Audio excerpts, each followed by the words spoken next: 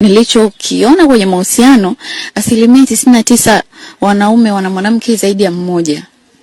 Kuliko kupata mwanaume ambaye yuko randomly, it's better upate mwanaume mwenye mtu wake ambaye anamheshimu, afu na wewe akakuheshimu, akakutreat kama anavyomtreat mwanamke wake. Mimi nakaa ndugu yangu. Mwanaume peke yangu namtoa wapi? Wewe mwenyewe upo huko. Haiwezekani ukawa tu kwamba eti huwezi kupata mwanaume wa peke yake. Atapatikana, lakini nikiwa kwenye hayo mahusiano atatafutwa tu. Yaani hata kama mimi nikiwa wa kwanza, lakini akatafuta wa pembeni. Atatafuta tu hata kama ni baada ya mwaka.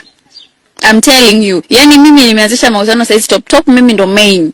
Lazima atakuwa na vitu nje, atazalia mtoto nje, anaweza kufanya chochote nje. Yes. Kwa hiyo sasa ni bora ujue kuliko kutokujua ukawa na mtu ambaye unajiona uko peke yako afu anakuasha matukio hata uelewe.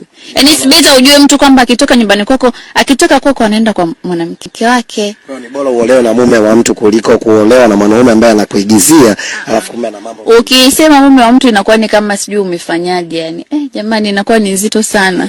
Hakuna mtu anapenda mume wa mtu. Mwanaume ambaye alishaoa. Yaani yes. Mbona Waislamu wanaruhusiwa kuwa na mwanamke zaidi ya mmoja? Yes, kwa akitokea mwanaume ambaye anaweza kuwa na mwanamke zaidi ya mmoja, anaweza kuwatekea wote, anaweza kuwapa furaha wote, anaweza kugawanya mahitaji 50-50. Una stay. Unaweza kukafa na stress ya maisha.